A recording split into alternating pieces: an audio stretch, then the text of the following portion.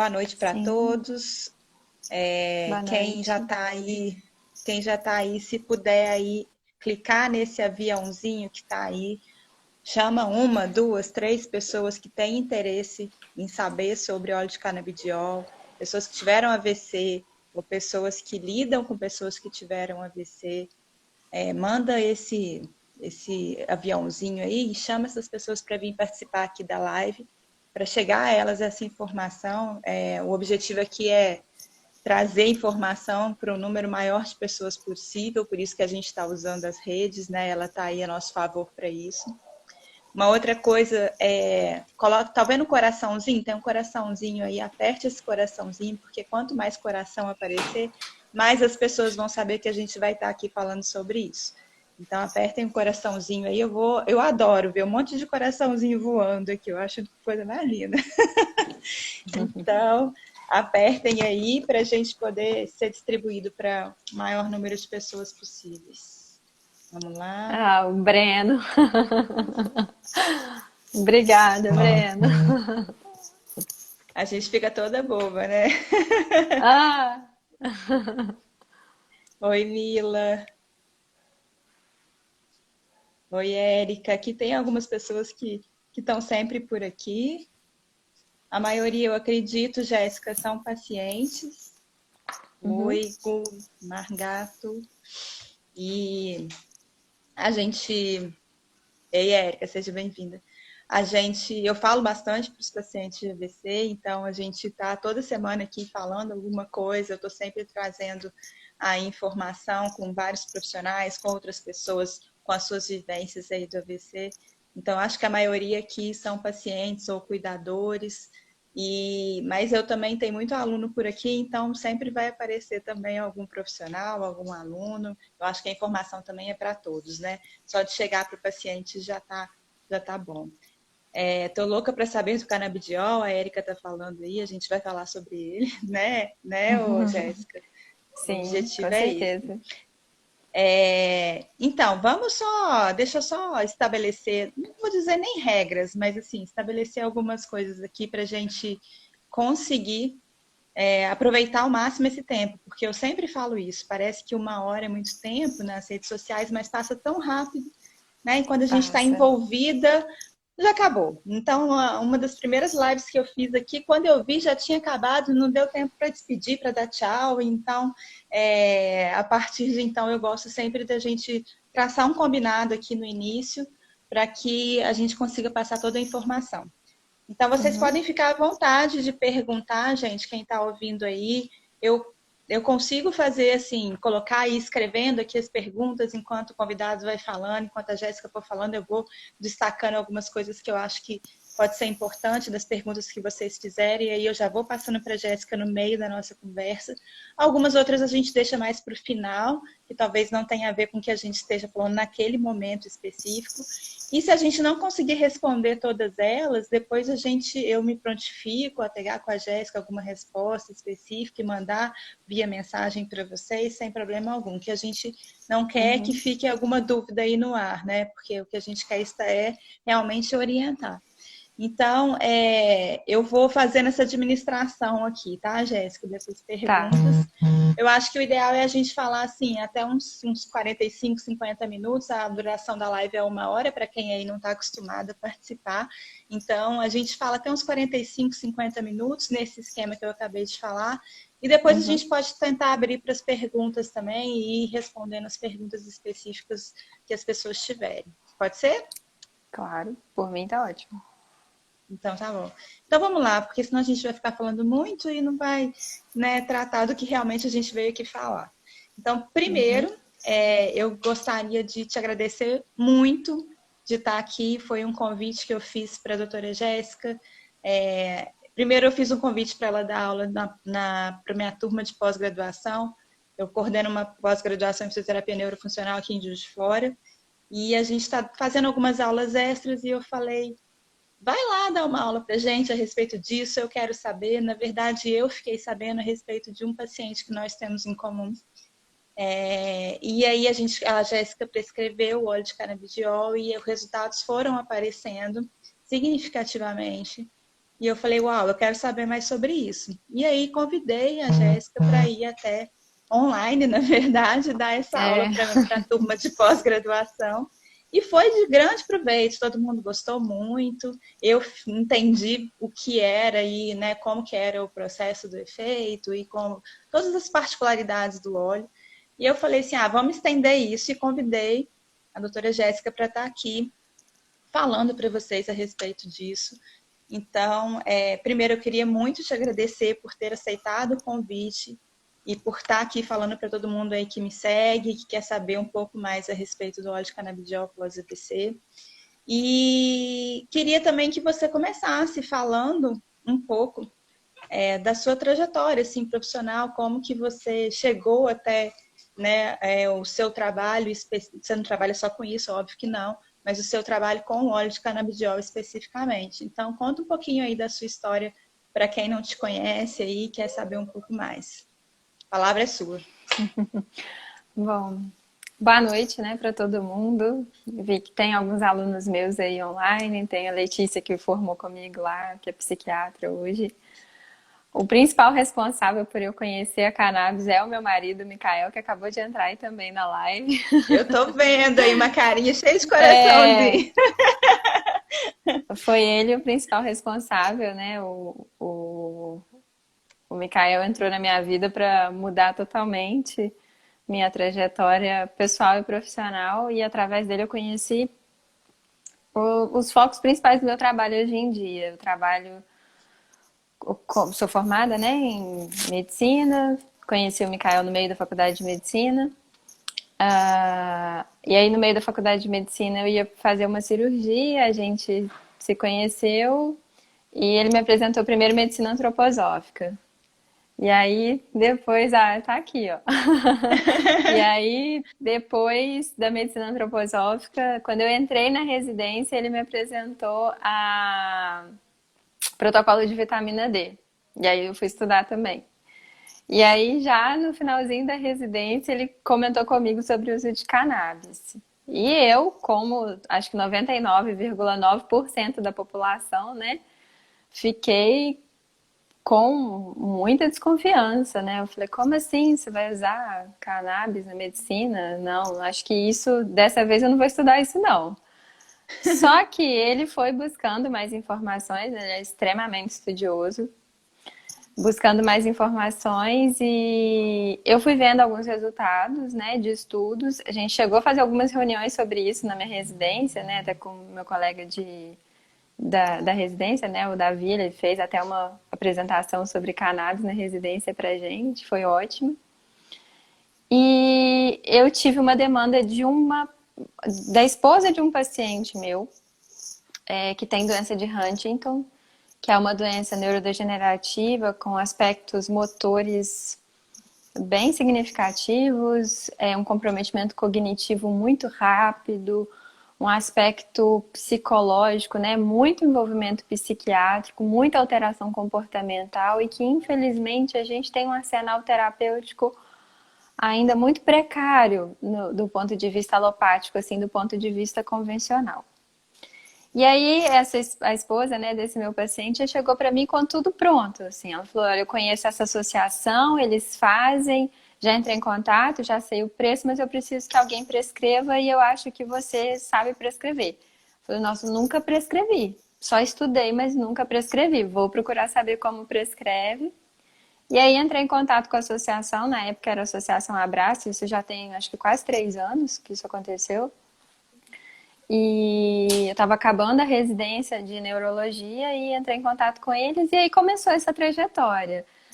Contato com a Associação Abrace, e aí você começa a ter contato com empresas que importam a medicação, aí você começa a ver a diferença dos óleos que são feitos aqui, dos óleos que são importados, a diferença entre os óleos importados, as empresas que já têm uma cepa própria, o que o THC faz, o que o CBD faz. E aí entrei nesse mundo. Então, tudo começou realmente a partir, né, do contato com o Mikael e a partir da demanda desse paciente. E aí os resultados começaram a chegar. Esse paciente começou a usar o óleo e ele teve uma resposta motora muito importante. coisa que a gente não vê com nenhum tratamento, assim. E aí eu fiquei impressionada, falei, nossa, tem que estudar mesmo isso. Foi muito gratificante, assim, de acompanhar. E aí eu acho que a gente vai falar um pouco assim, né, da associação, a gente vai falar um pouco, né, do óleo especificamente, das substâncias, mas eu queria que você explicasse um pouquinho, porque a maioria das pessoas, Jéssica, tem essa primeira impressão que é a que você teve, né? Imagina, você que já estava aí na Sim. faculdade, né? Já teve, vamos dizer assim, um preconceito em relação. Imagina as pessoas que são Uhum. leigas e que, né, veem a cannabis como maconha e é isso que elas enxergam como uma droga ilícita, né? Sim. A Então, eu Davi queria até entrou que... agora, ó. Acabei de falar, Davi, da sua Oi, Davi, apresentação na falou de residência. você.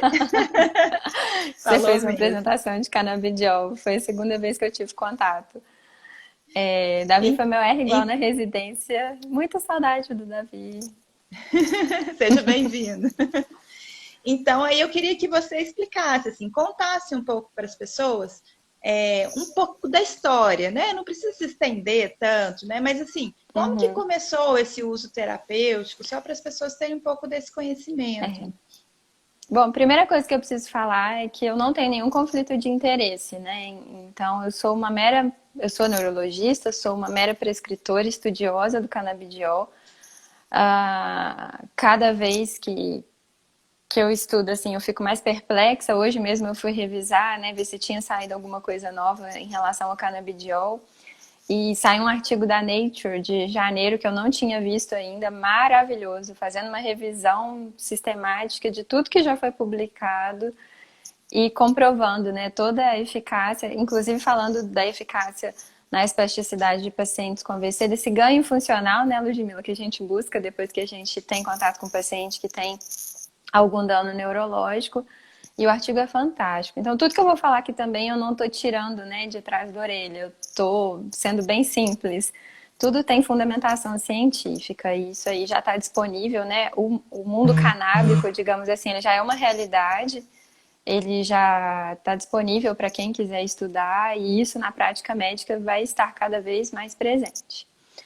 Em relação à história, o uso de canabidiol, né, visando alguma melhora clínica, principalmente relacionada ao alívio da dor, já tem documentos desde a época antes de Cristo. A gente tem uma múmia que foi encontrada, provavelmente que foi enterrada uma mulher jovem com 20 e poucos anos, com câncer de mama que foi encontrada com um buquê de plantas, né, de cannabis dentro do túmulo dela. E provavelmente, como, né, as múmias elas eram enterradas muitas vezes com o que trazia alívio em vida para essas pessoas, uma das hipóteses é que ela tenha sido enterrada com esse buquê de cannabis tentando obter alívio desse quadro, né, que provavelmente ela tinha um câncer de mama, sofreu por conta disso.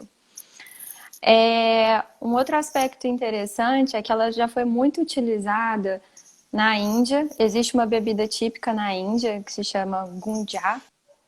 Agora sim, tô te vendo aí. Agora eu acho que tá bom. Fala alguma Ok, coisa. Oi. pronto. E de 1910 até 1930, a cannabis foi a medicação mais prescrita no mundo inteiro.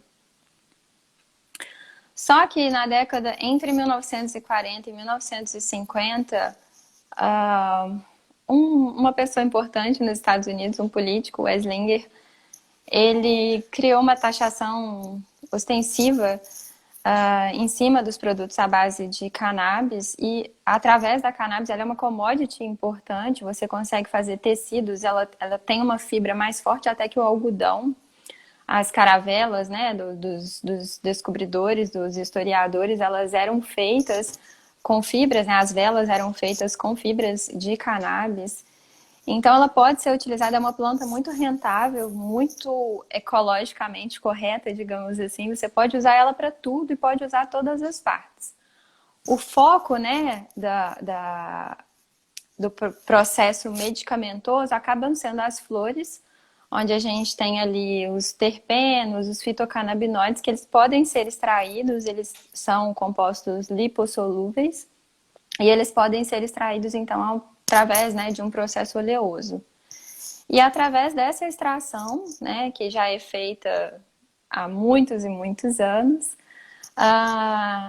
que algumas pessoas, né, alguns médicos, como o Dr. Mechulam, por exemplo, na década de 60, conseguiu identificar a estrutura química do delta-9-tetraidrocanabidiol, que é o famoso THC.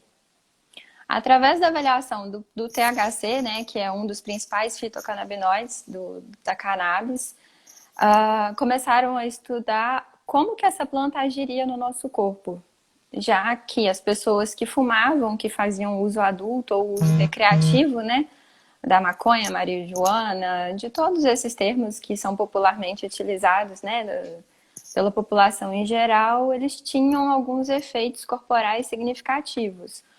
Um efeito de euforia, um efeito de aumento de fome, um efeito de prazer muito grande, às vezes um aspecto visual, né, alucinatório. Mas nenhuma dessas pessoas morria. Por mais que às vezes depois a pessoa ficasse com sono, nenhuma dessas pessoas morria, não havia um grau de intoxicação que fosse importante. Diferente do que acontece com outras drogas, como acontece, por exemplo, com o álcool, com cocaína, que a pessoa pode, né, fazer uma overdose e vir a óbito. E aí começaram a se estudar como que essa droga agiria no corpo. E aí, através desses estudos, principalmente, né, a partir da década de 60, 70, mas majoritariamente a partir de 1992, foi identificado que nós temos no nosso corpo o chamado sistema endocannabinoide. Então, nós identificamos, né, foi visto que nós temos um sistema que tem receptores para os fitocannabinoides e que não só isso, nós produzimos no nosso corpo substâncias similares a esses fitocannabinoides, os dois mais comuns que a gente conhece, né, são o 2-AG e a anandamida, que são endocannabinoides produzidos sob demanda e que nós temos receptores em praticamente todas as células teciduais, né, do nosso corpo e em quase todos os sistemas. E a maioria dos animais também possuem um sistema endocannabinoide. A hidra, né, que é um animal muito simplório, também possui um sistema endocannabinoide, então talvez esse sistema possa promover uma ligação de nós com todos os outros seres, né, reinantes aqui na Terra, digamos assim. E o interessante é que nós temos esses receptores e o que a gente consegue identificar é que eles estão relacionados com a busca da homeostase corporal. A gente sabe que nós temos os receptores CB1 localizados majoritariamente no sistema nervoso central e os receptores CB2 majoritariamente no sistema imune. Mas eles não estão localizados apenas e única e exclusivamente nesses sistemas. Eles estão localizados nas células teciduais do intestino e isso é importantíssimo da gente falar, relacionado até aos aspectos de doenças, né, neurológicas, porque uma das hipóteses de surgimento para muitas doenças neurodegenerativas é o intestino, como a gente sabe na relação da doença de Parkinson, por exemplo. Tanto que hoje em dia a gente já usa o termo, né, o sistema cérebro-intestino, gut-brain, que a gente sempre lê nos artigos, isso é bem relevante hoje em dia, já tem bastante robustez bibliográfica. E a gente já tem estudo para comprovar os principais efeitos desses compostos da cannabis, né, da planta em geral. A cannabis, ela tem um potencial de atuação principalmente modulador do sistema nervoso central e um potencial anti-inflamatório muito significativo. Então, esses são os dois aspectos principais assim, que a gente precisa ter em mente. E falar, né, lembrar que a gente está falando aqui de medicação, eu não estou falando do uso, né, de maconha. Esse é o primeiro aspecto que na consulta a gente precisa levar em consideração. Tirar, assim como eu tirei da minha cabeça, como eu te falei no início, né, tirar esse estigma de que é uma coisa deletéria, de que é uma coisa, né, relacionada ao uso apenas recreativo, e que não é isso. Até isso, né, foi incumbido na nossa cabeça, foi colocado na mentalidade mundial, mas quando a gente vai fazer o estudo retrospectivo de como que foi esse processo, a gente vê que tudo isso tinha um cunho, né, para variar, muito mais político e econômico do que realmente um cunho educacional ou um Científico, cunho né? voltado, ou um aspecto voltado para realmente proteção, né, dos seres humanos. Não foi isso que aconteceu. O Dinho tá falando aqui, ô Jéssica, que teve 2 AVCs por má formação arteriovenosa e que fuma todos os dias e que ele sabe que inalado pode não ter muitos pontos positivos, mas me sinto muito bem. Eu queria que eu chamei a atenção aqui do comentário dele porque eu queria que você falasse um pouco sobre isso, porque talvez também é uma falta de conhecimento que existe de qual que é a melhor forma de administração, o que realmente faz efeito, né? Para as pessoas também não saírem usando de uma Com forma. certeza. Primeiro, tem que ter um médico para prescrever realmente e para Sim. orientar em relação a tudo isso, né? Mas, de qualquer maneira, eu acho que que é importante trazer todo esse conhecimento para as pessoas, já saberem como que é a melhor forma de administração. O que você pode falar sobre isso? Bom, a primeira questão é a prescrição, né, de cannabis, ela é destinada, né, sempre a doenças nas quais, ou a sintomas, né, relacionados a algumas doenças para os quais a gente já fez alguma tentativa com as medicações padronizadas, né, com as medicações que são consideradas assim, padrão ouro, ou para tratamento daquela doença, ou para controle sintomático de algum sintoma mesmo relacionado àquela moléstia e que o paciente se tornou refratário. Os critérios de refratariedade, eles vão variar, né, dependendo do que a gente está falando. A gente tem o critério de refratariedade diferente, por exemplo, no caso, né, da espasticidade, o critério de refratariedade é diferente para um paciente que é epiléptico. Então, o primeiro ponto é, eu preciso esgotar as minhas opções terapêuticas convencionalmente aceitas, né, os tratamentos já padronizados pela alopatia, né, seguir os guidelines. É por isso que é importante que tenha, né, o médico seja realmente especialista, né, e saiba os próximos passos, né, como que vai se dar esse segmento. E a partir de Rapidinho, então esgotadas... assim, Sim. só para não passar, o que você está dizendo é que os pacientes que têm alguma alteração, no caso que a gente está falando aqui de alterações neurológicas do AVC, precisam ser acompanhados por um neurologista, não é Com isso? certeza, com Tá. certeza.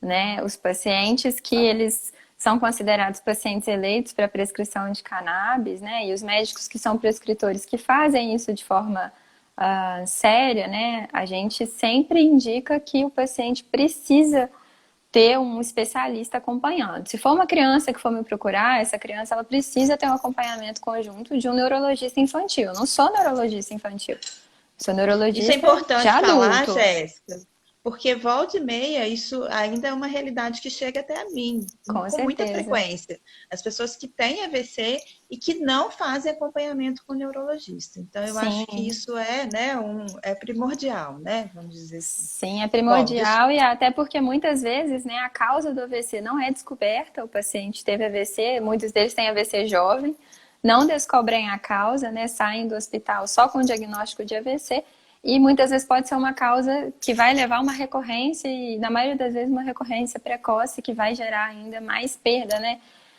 de autonomia desse paciente aí no futuro, com consequente risco de morte e piora da sua qualidade de vida em geral. Então, sempre, né, qualquer indicação, o ideal é que o paciente seja acompanhado por um médico especialista. E aqui, lógico, eu estou falando da neurologia, mas a gente tem médicos gastroenterologistas, né, que prescrevem canabidiol, porque as doenças inflamatórias intestinais têm uma resposta também primorosa quando, né, é indicado o óleo, né, quando existe essa necessidade. E do ponto de vista, então, né, do uso, o uso ele é destinado, como eu falei, sempre do ponto de vista médico, quando a gente já tem uma entidade que o paciente se tornou refratário ao tratamento convencional, né? O canabidiol hoje em dia, isso vai mudar e eu acredito que não vai demorar por conta da quantidade de estudos científicos que estão sendo publicados em todas as áreas médicas, né? No geral, a gente já tem estudo para profilaxia, por exemplo, tratamento da fase aguda do AVC, já que é o nosso foco, tratamento da fase aguda de infarto agudo do miocárdio, prevenção secundária, né, como profilaxia até de AVC, profilaxia de infarto, doenças hematológicas, porque ele interfere na hematopoiese, tratamento de osteoporose, tratamento de doenças inflamatórias intestinais, tratamento de câncer, câncer primário do sistema nervoso central, tratamento de metástase, dor,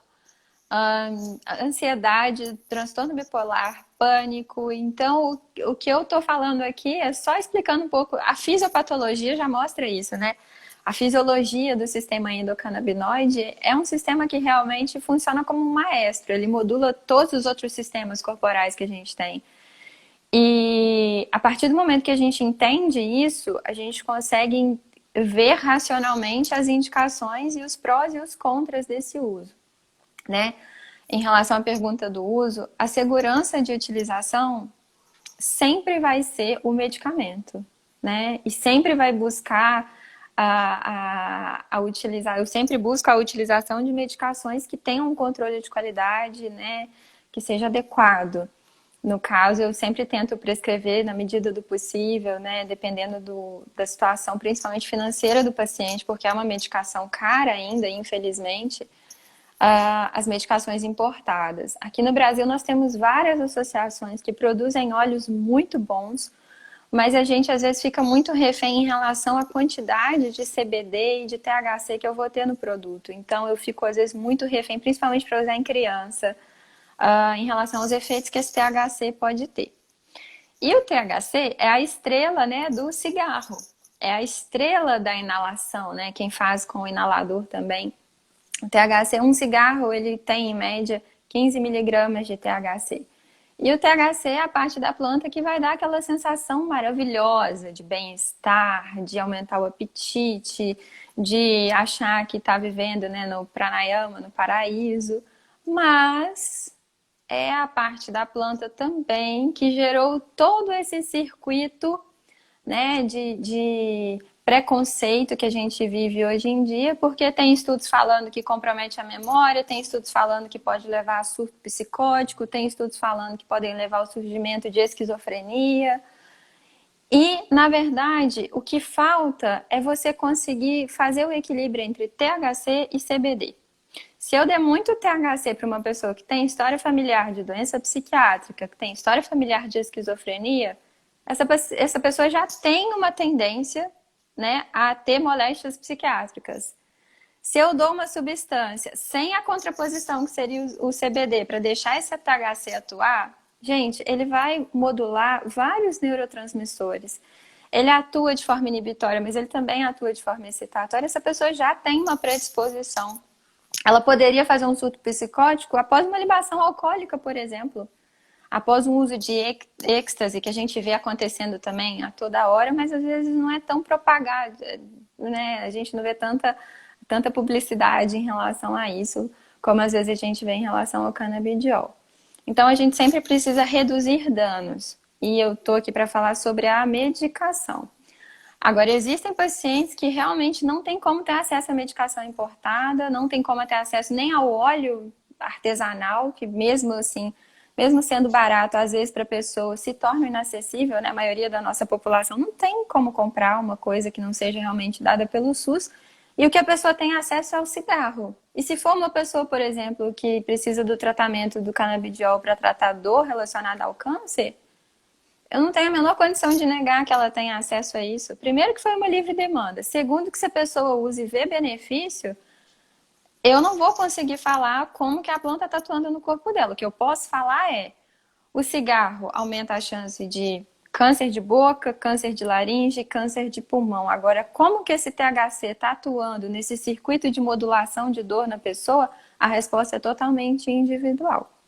Então, havia, né, a segurança de utilização, com certeza, da medicação, e a gente tem a medicação em óleo e em cápsulas oleosas, a gente tem as medicações importadas, a gente tem as medicações que são feitas aqui no Brasil.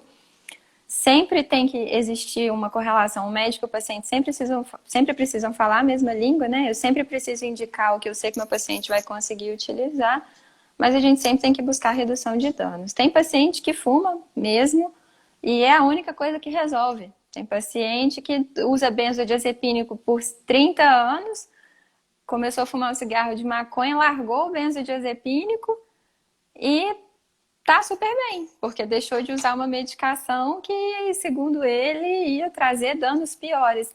Eu não posso falar que não vai ter melhor ou pior em relação a isso. O que eu posso falar do meu aspecto como médico, eu não indico nenhum nem outro, né?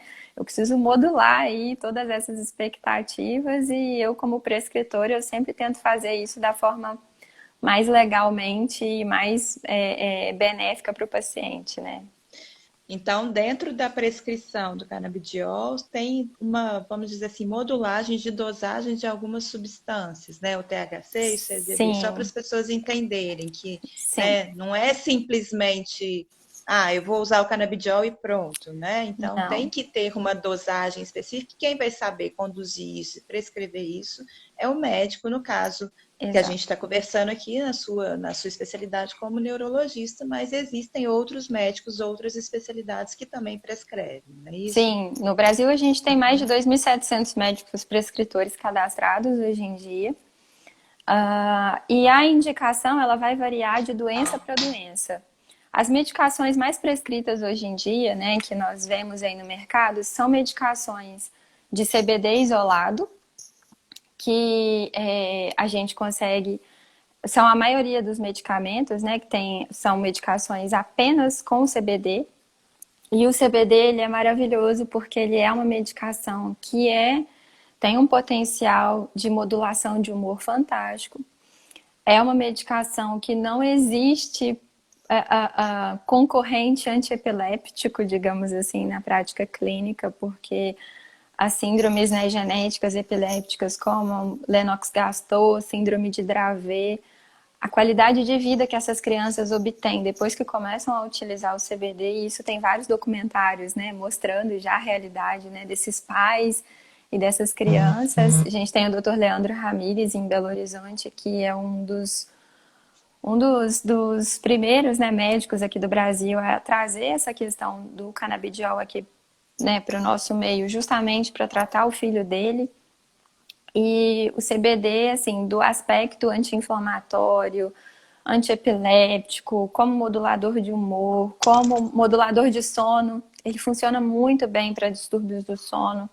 E para autismo, os resultados são realmente, assim, encantadores. Mas, no aspecto, por exemplo, de espasticidade, que é o foco aqui, né, da nossa conversa, se eu der só o CBD para o meu paciente, infelizmente eu não vou ter a resposta que eu quero. O paciente pode ter uma melhora funcional, porque melhora a dor quando ele vai mobilizar o membro, mas a atuação na fisiopatologia da espasticidade, né, na modulação ali dos canais de cálcio, dos canais de potássio, na via elétrica celular ali das células musculares, nas sinapses nervosas, eu não vou ter a resposta que eu quero. Então, existem as medicações que são chamadas medicações full spectrum, que são as medicações onde eu tenho CBD e tenho THC.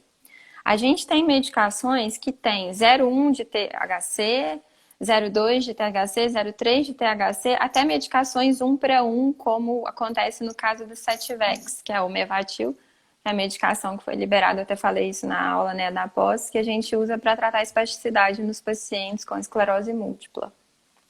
Por que essa medicação é 1 para 1? Porque eu preciso ter o THC para que essa medicação haja realmente como um relaxante muscular e esse paciente tenha benefício, tenha ganho funcional em relação à espasticidade, mas eu preciso dar o equivalente de CBD, porque se eu dou o CBD, eu modulo essa via excitatória que o THC promove e o meu paciente não vai ter, né, na maioria das vezes, esses efeitos excitatórios, né, esses efeitos eufóricos, psicoativos que o THC promove. Então, a indicação, primeiro saber estudar, né, o mecanismo de ação dos fitocannabinoides é fundamental primeiro identificar qual é o tipo de doença que o meu paciente apresenta, onde que eu preciso ter mais atuação e qual atuação que eu quero mais. Se eu preciso ter mais CBD, se eu preciso ter mais THC. Então, as prescrições, elas são variadas. O paciente que vai no consultório, ele não vai ter uma prescrição igual à do outro. Por quê? O paciente que vem, que teve um AVC, mas ele tem um distúrbio do sono, eu vou precisar ter uma abordagem diferente. O paciente que vem, que teve um AVC e tem um transtorno do pânico, eu preciso ter uma outra abordagem para ele. Uma criança que vem com autismo vai receber um outro tipo de planta, um outro tipo de medicação, um outro tipo de prescrição. E o que a gente sempre precisa fazer nesse tipo de tratamento, eu trabalho, né, com essas prescrições um pouco diferentes, né, dentro da neurologia. O que eu sempre preciso fazer no consultório quando os pacientes me procuram com alguma demanda de prescrição de alguma medicação diferente é fazer um alinhamento de expectativas. Por quê? Muitos pacientes às vezes me procuram o Micael, né? A gente trabalha com essa questão de medicina integrativa e os pacientes às vezes já passaram por 5 neurologistas no meu caso, 10 neurologistas, e às vezes procuram já numa etapa final, já está com muita degeneração neurológica, já teve muito desgaste, e ficam achando que a prescrição vai ser uma coisa milagrosa. E não é esse o caminho, né? Não é todo mundo que responde. O canabidiol ajuda em muita coisa. Mas existem pacientes para todos os tipos de remédios e existem remédios que não são para todos os tipos de pacientes, né? O que a gente precisa saber realmente é estudar e saber os efeitos colaterais de tudo que a gente prescreve para o nosso paciente e lembrar que a resposta de um paciente pode ser totalmente diferente do outro, né? A maioria dos pacientes, em se falando, né, de espasticidade, lesão de neurônio motor superior, né, AVC, esclerose múltipla, a gente sabe que em torno de 60% a 75% dos pacientes vão ter algum tipo de melhora com o uso do canabidiol. Mas eu fico ainda com o restante, uma porcentagem de 30% que pode não ter resposta nenhuma em relação à espasticidade em si. Mas eu posso ter uma resposta, eu posso ter outros ganhos para esse paciente usando o canabidiol. Eu posso ter a prevenção, eu posso ter uma profilaxia, né? Evitar que esse paciente tenha um novo evento isquêmico, porque o uso a gente já sabe que reduz o risco cardiovascular. Eu posso ter um paciente que tem uma melhora do sono, eu tenho um paciente que não tem tanta dor quando ele vai se locomover. Então, realmente é um caminho que exige, como qualquer prescrição, né? A gente tem uma gama aí de mais de 5 mil medicamentos no mercado. Oi. Não, você está tendo problema com a internet, deve ser. Deve ser. Mas tá bom agora, pode continuar. Bom, então o caminho é esse, né? O caminho do médico, ele é fatalmente pensar que cada paciente é um ser individual. Cada paciente então, vai ter uma resposta. vamos pensar em alguns aspectos. A gente colocou como um tema o óleo de canabidiol na espasticidade pós-AVC, porque a espasticidade é uma queixa muito comum dos pacientes. Então, para os pacientes que talvez ainda não saibam o que é a espasticidade, é quando você sente a sua mão mais dura, o seu braço mais duro, de uma forma muito simplória, tá, gente? Para vocês entenderem o que é realmente que a gente está falando. E aí isso limita muito a função. Então, muitas vezes a pessoa não consegue abrir a mão, ela não consegue levantar o pé para andar, ela sente o relato das pessoas que têm espasticidade é uma rigidez, apesar da gente saber que tecnicamente no AVC não é esse o termo que a gente usa, né? O termo seria espasticidade. Mas isso é uma limitação que muita gente relata, é uma queixa de muitas pessoas que tiveram AVC. E na prática clínica, o que eu vejo como fisioterapeuta é que realmente a espasticidade limita muito a função. Claro que vai depender do grau, né? Vai depender do comprometimento dessa espasticidade, mas limita muito. Então, assim, quando a gente consegue fazer o controle, a gente sabe hoje que a espasticidade tem aí fatores neurais e não neurais relacionados e que a gente tem que fazer controle, por exemplo, de sono, de estresse, que tudo isso pode influenciar, fatores externos podem influenciar também, mas eu nunca vi, sinceramente, eu não sei, eu tô dentro desses 60% aí, né? A minha experiência com o paciente está dentro desses 60%, mais ou menos, que você falou que tem bons resultados, né?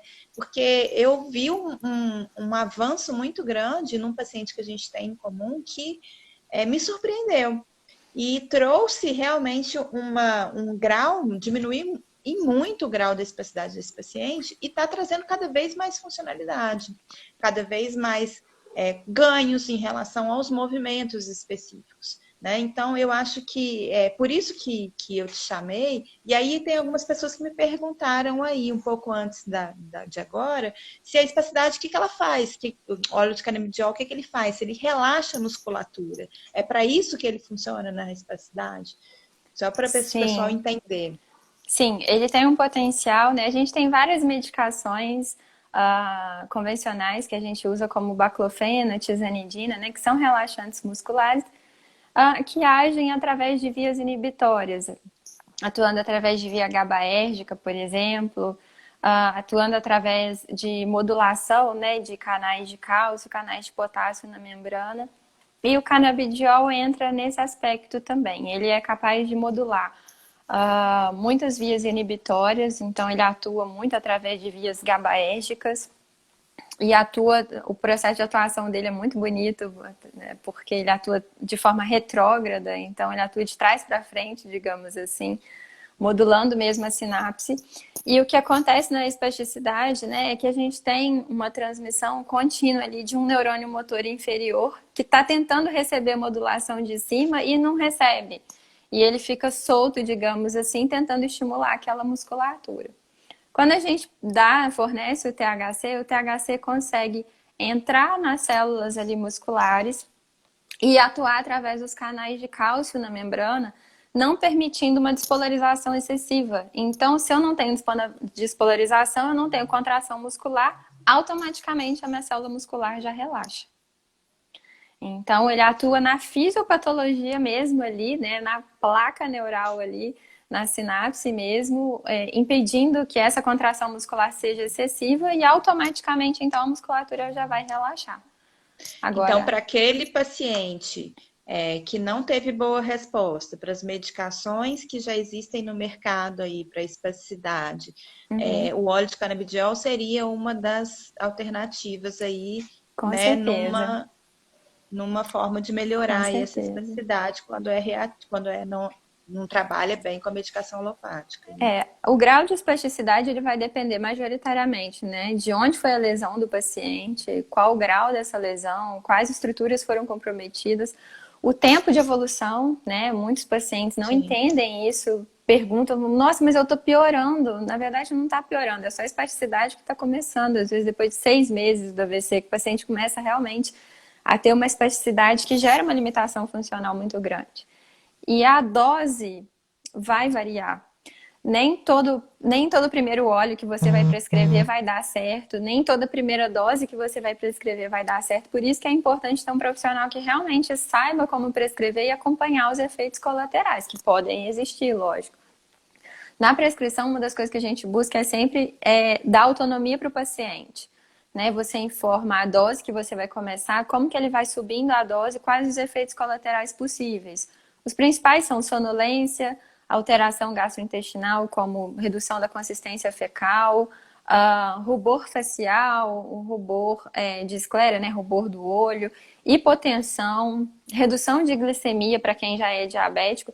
Então, assim, você vai vendo que quando você começa a usar a medicação, você tem o ganho para o objetivo que você quer, mas você também tem outros ganhos. Os meus pacientes, hoje mesmo, um paciente meu que ele tem uma demência mista, né, um comprometimento cognitivo misto, eu já reduzi pela metade os medicamentos hipotensores que ele usa. Tem 2 meses que ele está usando canabidiol, a gente está subindo muito lentamente a dose e agora ele começou a ter uns quadros de tontura. E aí fui ver os controles, né, de pressão dele, a pressão dele está caindo, está conseguindo regular agora. Então são outros ganhos, né, são outros fatores que você tem do ponto de vista clínico que ajudam bastante. Para quem tem diabetes, automaticamente você vai observando que a glicemia vai caindo, vai regulando. Tem uma outra paciente minha que tem neuropatia diabética, ela já reduziu 20 unidades de insulina que ela usa ao longo do dia. Então, a gente está tratando de um assunto específico, mas o que você está querendo dizer é que pode estar trazendo aí, né, um benefício em diversos no outros, geral. né, no E isso geral. é importante, porque esses efeitos, né, isso pode ser considerado um efeito colateral da dose, mas na verdade é a base como a droga atua, né, como o remédio atua. Então, se eu não sei acompanhar esses outros parâmetros, o paciente vai começar a ter tontura, o que que ele vai fazer? Ele vai parar imediatamente o tratamento. Porque ele não vai Sim. parar de tomar o remédio de pressão, que ele escutou a vida inteira que não pode parar, ele não vai saber mexer na insulina dele. Então, essa é uma abordagem que quem prescreve o cannabis precisa saber e precisa informar para o paciente, né? Você precisa ter uma solicitação de acompanhamento mais detalhada aí nesse aspecto. E aí, muita gente, quando eu estava divulgando a nossa live, né, e convidando as pessoas que têm AVC para assistir, muita gente virou para mim e falou assim: mas é muito caro. É Sim. muito caro, eu já ouvi falar, mas o que eu sei é que é difícil de conseguir, de comprar, e Não. que é muito caro. Então, eu queria que Aham. você falasse a respeito disso um pouco, assim, para as pessoas terem essa informação. Claro, assim, o preço, infelizmente, ainda é um principal inconveniente, né? Porque essas medicações que são excelentes, que são importadas, elas têm um custo efetivamente alto, mas são medicações que duram, na maioria das vezes, muito tempo, ainda mais nos primeiros meses, porque você está modulando a dose. A gente sempre começa com uma dose muito pequena. Então, o frasco, uma média, tá, de preço, assim, de várias marcas, é US$ 200, um frasco. E esse frasco varia de concentração e varia de ml. Então, um frasco, por exemplo, que tem 30 ml, onde eu tenho 50 miligramas por ml, vai durar às vezes 3 meses, dependendo da dose, né? Dependendo da patologia que o paciente apresenta. Se você, isso daria numa média de R$ 1.000, né? 1.200 por aí. Se você divide 1.200 por 3, você já tem R$ 400 por mês. E às vezes o paciente gasta infinitamente mais que R$ 400 por mês com todas as outras medicações e com toda a perda, né, funcional que ele tem. Então é um tratamento de longo prazo, a resposta não é instantânea, mas realmente ainda é caro. Uma pergunta que todos os pacientes me fazem é: mas passou no jornal que a Anvisa liberou, que agora tem para comprar aqui na farmácia? Sim, tem para comprar em algumas redes grandes aqui do Brasil, só que o preço chegou quase 3 vezes maior do que você fazer a importação da medicação. O que já aconteceu, por exemplo, com o Sativex, né, que já está aqui no mercado desde 2000, chegou aqui no Brasil no início de 2018, custa quase R$ 3.000 a embalagem. Então, entre você importar e você comprar na farmácia convencional, até porque tem algumas considerações que não cabe aqui falar, mas não vale a pena, vale mais a pena você importar. É difícil conseguir? Não, é fácil conseguir. Hoje a gente não precisa mais fazer declaração. Antes tinha declaração do médico, termo de consentimento do médico, termo de consentimento do paciente. A Anvisa demorava 60 a 90 dias para autorizar. Agora a Anvisa já demora 24 horas às vezes para autorizar e a medicação chega na casa do paciente às vezes dentro de 10 dias, vindo dos Estados Unidos ou do Canadá, né, da empresa que você prescrever, enfim. Uma alternativa que sempre a gente pode tentar e que tem cada vez mais dado certo é fazer uma judicialização, né? As medicações de alto custo, quando bem indicadas, a gente entra com um processo jurídico, né? Eu não, mas o paciente entra com um processo judicial e tenta conseguir essa medicação através da União. E 90% dos que tentaram até hoje conseguiram. Então, essa é uma alternativa que a gente tem quando a medicação realmente é necessária, né? Quando tem indicação, a gente faz uma judicialização e você consegue a compra dessa medicação pelos próximos 2 anos, né? Pela União, pelo governo. E os pacientes têm conseguido, não é muito difícil, tem dado certo. E o Pergun paciente às vezes fica livre, né, para procurar essas associações que eu existem ia te aqui no perguntar sobre Brasil. isso agora. Sim, aí eu já faço, né, a seguinte consideração: eu não consigo acompanhar com clareza, com objetividade, com a segurança que eu gostaria em relação a essas outras medicações, porque entra o viés da concentração, né? São proporções aproximadas. Eu tenho óleos com 7% de THC, mas eu não sei quantos por cento tem de CBD. Então eu Isso fico você fala das realmente. associações aqui. Isso. São óleos, tem muitas associações que fazem óleos muito bons, mas eu fico ainda refém, né? Para criança, por exemplo, eu fico refém, eu não gosto muito de passar. Assim, eu não prescrevo, né? Esses óleos, eu prescrevo realmente o importado, mas às vezes os pais, né? É o que eles têm acesso, eles vão começar a usar. Eu oriento em relação aos riscos, o que que pode acontecer. Mas na maioria das vezes dá certo, o paciente tem, né, algum ganho. Hoje a maior indicação é realmente para pacientes com autismo e pacientes com Alzheimer. E quando não é possível importar, muitos deles acabam recorrendo a essas associações que tem cadastro, tem um catálogo, né? Muitas vezes a Abraça é maravilhosa, tem um catálogo muito bom. A Ama-me de BH, do Dr. Leandro Ramires, também é maravilhosa. E tem outros produtores. Hoje em dia, várias cidades têm vários produtores. A questão é realmente você saber dosar e avaliar os efeitos colaterais. Então, teve uma pergunta, não, nos stories antes da live, falando sobre o chá. Se o chá da maconha tem o mesmo efeito. E aí eu Não, acredito que a gente entra um pouco na questão até da inalação que a gente estava falando, da utilização via cigarro. São formas diferentes e que o que você realmente, pelo que eu entendi que você falou, pode afirmar que tem uma concentração adequada é quando vem em forma de medicação mesmo, né? sim. Eu não indico, né, para ninguém nenhuma dessas utilizações. A absorção gastrointestinal é muito pequena.